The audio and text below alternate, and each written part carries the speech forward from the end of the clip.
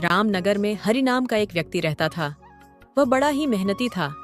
उसका एक बेटा था जिसका नाम मोहन था। मोहन भी अपने पिता की तरह खूब मेहनती था। जब मोहन छोटा था तभी उसके माँ का देहांत किसी बीमारी के कारण हो गया था। मोहन के पिताजी ने फैसला किया कि वह दूसरी शादी कभी नहीं करेगा और खुद ही मोहन को पालेगा। दोनों बाप बेटे राजा भीमसेन के यहाँ काम करते थे। राजा उनको उनकी मेहनत के बदले केवल 2 किलो अनाज दिया करता था। 2 किलो अनाज में बाप बेटे का बड़ी मुश्किल से गुजारा होता था, इसलिए वह दोनों हमेशा भूखे ही रहते थे या फिर आधा पेट अनाज खाकर अपना गुजारा करते थे। एक दिन मोहन अपने पिता से कहता है, पिताजी, हमें राजा के यहाँ नौकरी छोड़ देनी चाहिए और हमें कुछ और काम करना चाहिए। हमें दूसरे शहर में नौकरी करनी चाहिए क्योंकि हमें हमारे काम के बदले राजा इतना कम अनाज देता है। इतने कम अनाज के कारण हमारा पेट भी कभी सही से नहीं भरता और हम हमेशा भूखे ही रहते हैं। भूखे रहने की वजह से हम बहुत कमजोर हो गए हैं। अगर हम खाएंगे नहीं तो काम कैसे करेंगे? बेटा, कह तो तू सही रहा है। भूखा रहने की वजह से मुझे भी बहुत कमजोरी आ गई है। हमेशा चक्कर से आते रहते हैं। कभी कभी तो मेरी आंखों से दिखना भी बंद हो जाता है। लेकिन बेटा, हम राजा की नौकरी नहीं छोड़ सकते। अगर हम राजा की नौकरी छोड़कर दूसरे शहर में नौकरी करेंगे तो राजा हमें तलाश करवाकर सूली पर चढ़ा देगा। हमारी भलाई इसी में है कि हम चुपचाप राजा की नौकरी कर रहे हैं। चल, अब तुम जंगल से लकड़ियां ले आओ और मैं जल्दी से खाना बना देता हूं। मोहन जंगल से लकड़ियां लाने चला जाता है। तभी मोहन के घर एक बुढ़िया आती है और हरिया से कहती है, बेटा हरिया, तूने जिंदगी में बहुत दुख झेले हैं, अब और कष्ट मत झेल। बुढ़ापे में भी तो चैन की रोटी बैठकर नहीं खा पाया। तेरा बेटा अब जवान हो गया है तो उसकी शादी क्यों नहीं कर देता? घर पर बहू आ जाएगी तो तुम दोनों को कम से कम घर का काम तो नहीं करना पड़ेगा ना। दिन भर तुम लोग मजदूरी करते हो और शाम को आकर फिर खाना बनाते हो। घर में बहू आ जाएगी तो तुम दोनों को घर के बहुत सारे कामों से छुटकारा मिल जाएगा। काकी, मोहन की शादी हुए 1 साल पहले ही हो चुका है। क्या कहा तूने? मोहन की शादी हुए 1 साल बीत चुका है, लेकिन तुमने तो कभी ये बात किसी को बताई ही नहीं। आखिर वजह क्या है जो तुमने इस बात को छुपाया? काकी, वजह तो कुछ नहीं है। मोहन की बहू अपनी माँ के घर है। जरा मुझे भी तो पता चले, आखिर बहू माँ के घर क्यों है? तुमने उसे वहां क्यों छोड़ रखा है? बेटे की शादी क्या बहू को मायके में छोड़ने के लिए जाती है? तू अपने बेटे से कहता क्यों नहीं कि वह अपनी पत्नी को मायके से लेकर आए? तू आज ही मोहन को भेज दे बहू को मायके से लेकर आने के लिए। कैसे भेज दूं काकी? हमें गरीबी तो चारों तरफ से घेरे हुए हैं।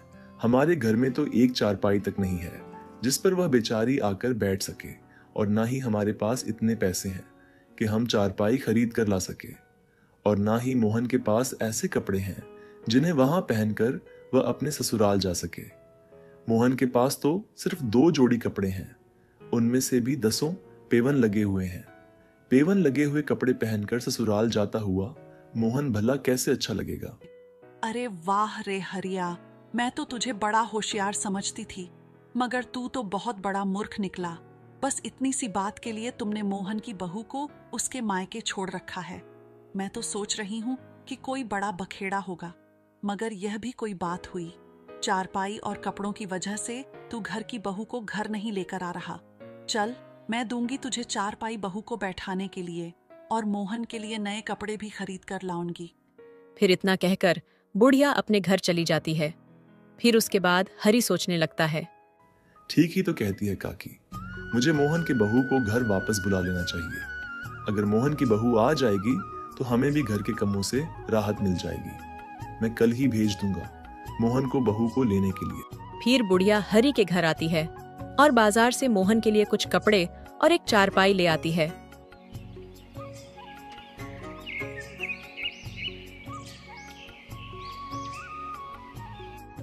मोहन चारपाई देखकर अपने पिता से कहता है,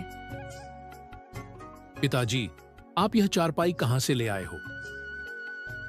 बेटा, ये चारपाई मुझे शांति काकी ने दी है, और उन्होंने तुम्हें नए कपड़े भी दिए हैं। लेकिन पिताजी, शांति काकी ने आपको चारपाई और नए कपड़े क्यों दिए हैं? बेटा, शांति काकी ने ये चारपाई तेरी बहू के लिए दिया है और ये नए कपड़े तेरे लिए। मैं कहता हूँ तू कल इन नए कपड़ों को पहनकर तू अपने ससुराल चला जा और अपनी बहू को ले आ। लेकिन पिताजी, हम अपना पेट ही बड़ी मुश्किल से भर पाते हैं। ऐसे में हम नैना को क्या खिला पाएंगे?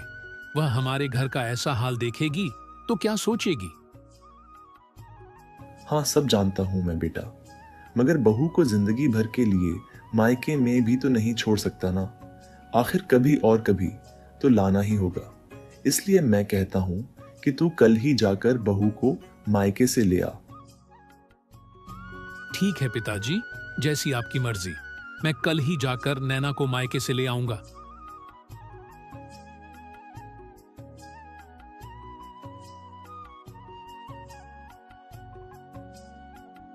अगले ही दिन मोहन बुढ़िया के दिए हुए कपड़े पहनकर नैना को लाने अपने ससुराल चला जाता है। ससुराल में मोहन की खूब खातिरदारी होती है। मोहन 1 हफ्ते तक अपने ससुराल में ही रुकता है। उसके बाद वह अपनी पत्नी नैना को लेकर अपना घर चल देता है। लेकिन रास्ते में मोहन सोचने लगता है, अभी तो हमारा घर बहुत ही गंदगी से भरा हुआ है। नैना देखेगी तो हमारे बारे में क्या सोचेगी? मैं नैना को शांति काकी के घर छोड़ आता हूँ। उसके बाद मैं अपने घर की सफाई कर लूंगा। मोहन अपनी पत्नी को बुढ़िया के घर छोड़कर अपने घर चला जाता है।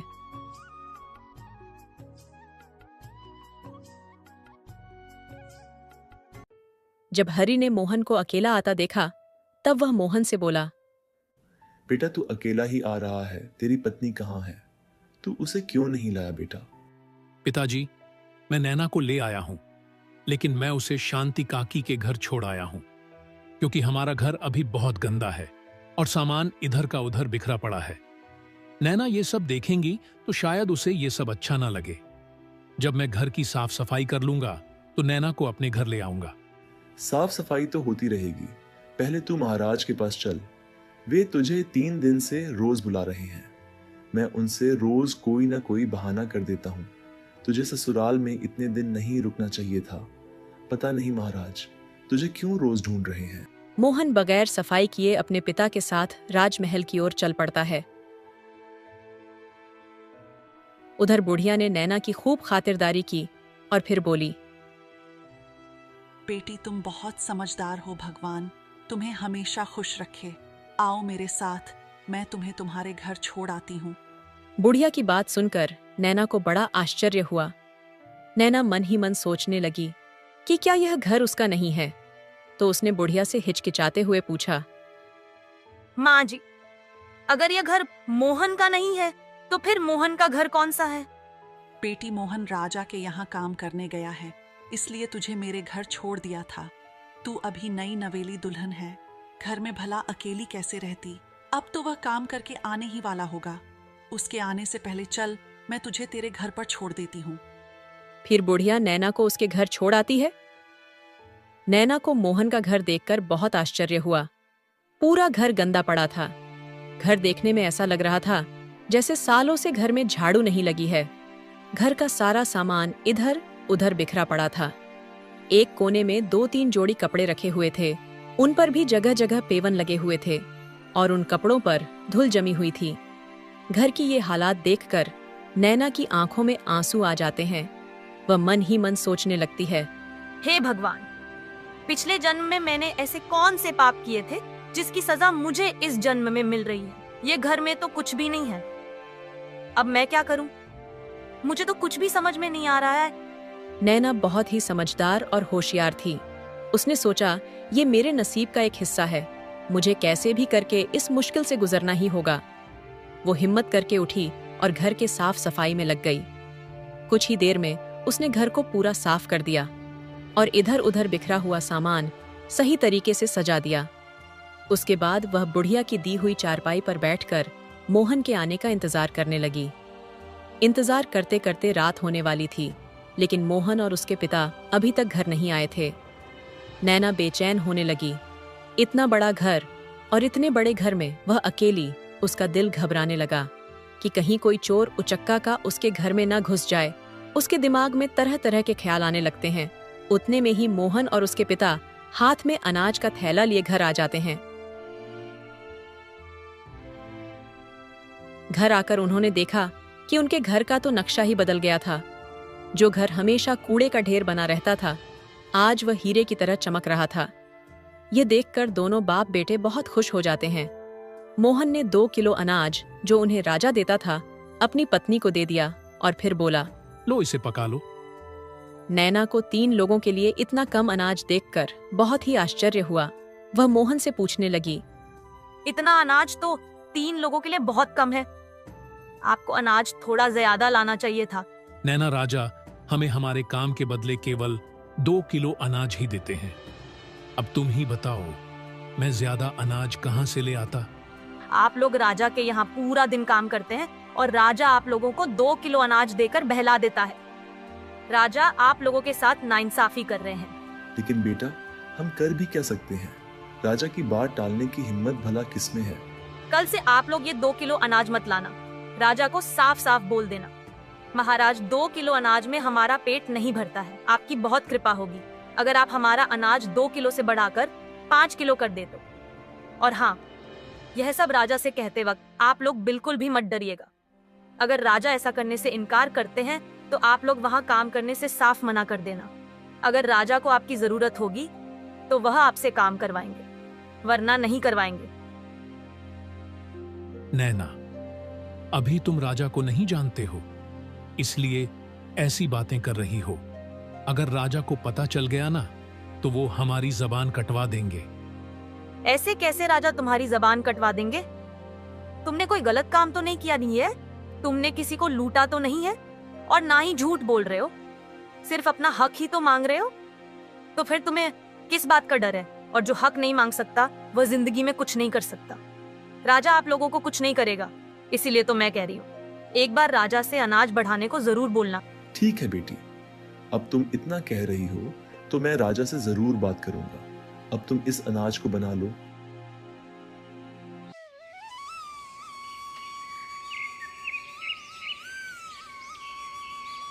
अगले दिन मोहन और उसके पिता हरि दोनों राजा के पास चले गए और फिर हरि राजा से बोला,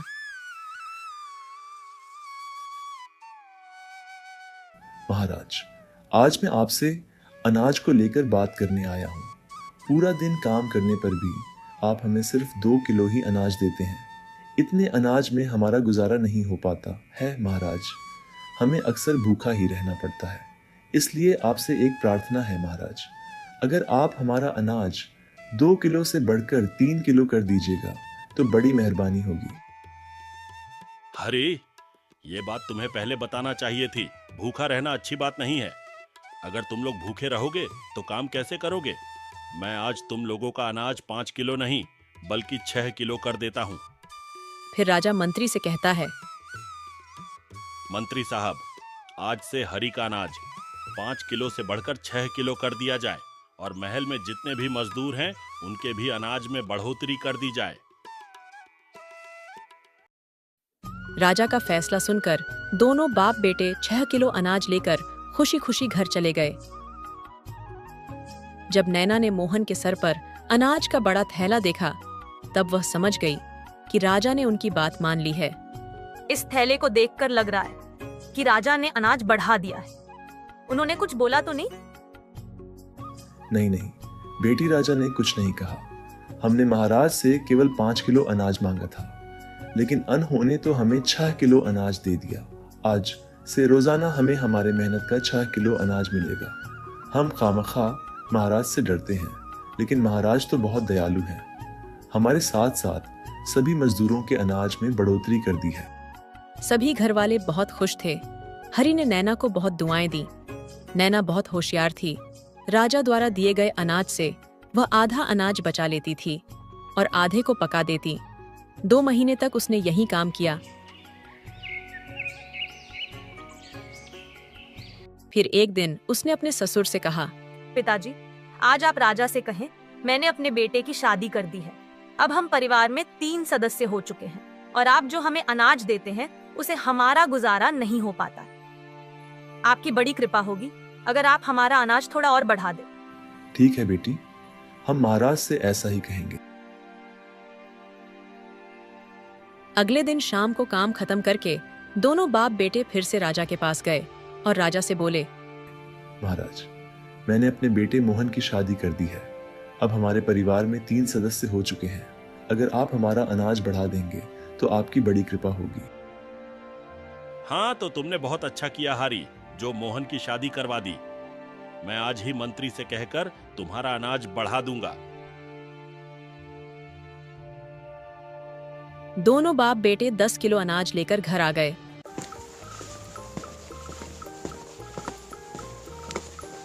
दस किलो अनाज को देखकर नैना बहुत खुश हुई। अब वह आधे से भी ज्यादा अनाज बचा लेती थी और बाकी बचे हुए को पका लेती थी। ये 8 महीने तक चलता रहा। अब नैना ने काफी अनाज जमा कर लिया था। फिर एक दिन वह अपने पति और ससुर से बोली, पिताजी, आज से आप लोग राजा के यहाँ काम करने नहीं जाएंगे। आखिर कब तक आप लोग मजदूरी करते रहेंगे? मजदूरी करने से सिर्फ पेट भरा जा सकता है। लेकिन बेटी, हम मजदूरी नहीं करेंगे तो क्या करेंगे? हम तो कुछ कर भी नहीं सकते। आप लोग चिंता मत कीजिए।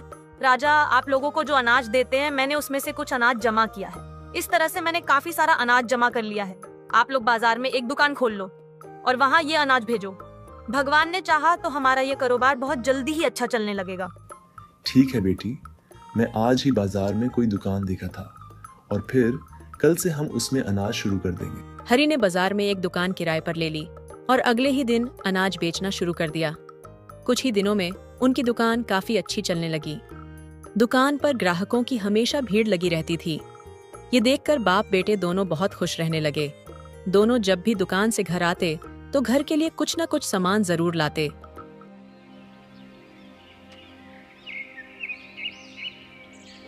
एक दिन नैना अपने घर के आगे बैठी होती है।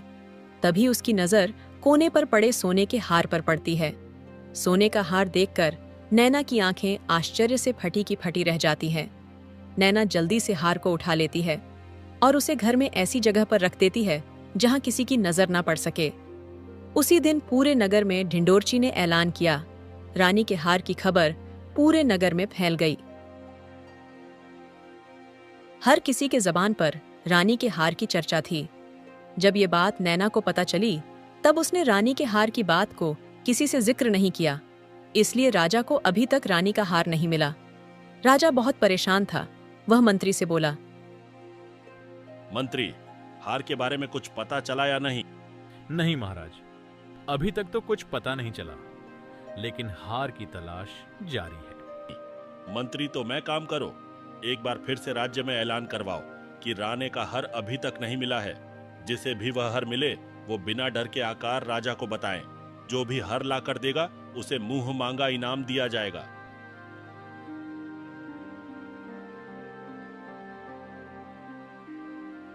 मंत्री ढिंडोरची से दोबारा पूरे नगर में ऐलान करवा देता है, सुनो गांव वालों, सुनो सुनो गांव वालों, ध्यान से सुनो। एक चिड़िया रानी का हर लेकर उड़ गई है। जिस भी व्यक्ति को वो हार मिल जाए, उस हर को राजा को दे देगा तो राजा उसे ढेर सारा इनाम देंगे। अगले दिन नैना अपने ससुर और पति से कहती है, मैंने सुना है कि रानी का हर कोई चिड़िया लेकर उड़ गई है और राजा उसे ढूंढ रहे हैं, और जो भी उसे ढूंढेगा उसे राजा मुंह मांगी कीमत देंगे। कहीं राजा झूठ तो नहीं बोल रहे हैं पिताजी? नहीं बहू, राजा झूठ कभी नहीं बोलते। वो जो भी बोलते हैं उसे जरूर पूरा करते हैं। राजा को एक ज्योतिषी ने बताया है, हर किसी घर के आगे पड़ा हुआ है। ज्योतिष बिल्कुल सही कह रहे हैं। रानी का हार हमारे घर के आगे पड़ा हुआ था। अब वो हार मेरे पास है। आप वह हार ले जाकर राजा को दे दीजिए। हरी नैना से वह हार लेकर राजा को दे देता है। रानी का हार देखकर राजा बहुत खुश होता है। उसके बाद राजा हरी से कहता है, हरी, आज हम बहुत खुश हैं। शर्त के मुताबिक तुम्हें जो मंगाना है मांग लो।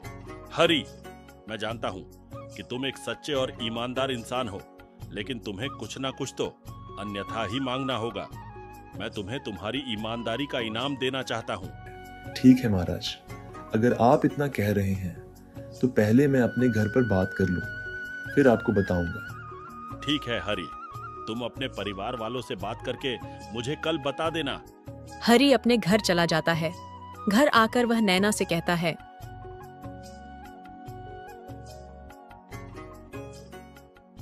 बेटी, महाराज मुझे इनाम देना चाहते थे, लेकिन मैंने उन्हें कह दिया कि घर वालों से बात करके बताऊंगा। आपने बहुत अच्छा किया पिताजी। अब कल आप राजा से कहें, क्या आप मुझे थोड़ी सी जमीन दे सकते हैं जिस पर खेती करके मैं अपने परिवार का गुजारा अच्छे से कर सकता हूँ। ठीक है बेटी, जैसा तुम कह रही हो मैं महाराज से वैसा ही कह दूंगा।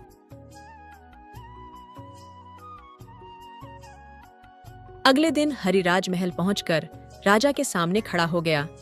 राजा हरि से बोला, कहो हरी, अपने परिवार वालों से क्या बात करके आए हो? महाराज, अगर आप मुझे थोड़ी सी जमीन दे तो मैं उस पर खेती करके अपने परिवार का अच्छे से गुजर कर सकता हूँ। फिर मुझे और मेरे बेटे को मजदूरी करने की भी जरूरत नहीं पड़ेगी। ठीक है हरी, मैं आज ही मंत्री से कह रहा हूँ, तुम्हें 5 बीघा जमीन दिलवा देता हूँ। मेरी दुआ है कि तुम इस जमीन पर खेती करके खूब भालो फूलो और खूब तरक्की करो। फिर राजा मंत्री से कहकर हरि को 5 बीघा जमीन दिलवा देते हैं। अब हरि खेत में दिन रात मेहनत करता है।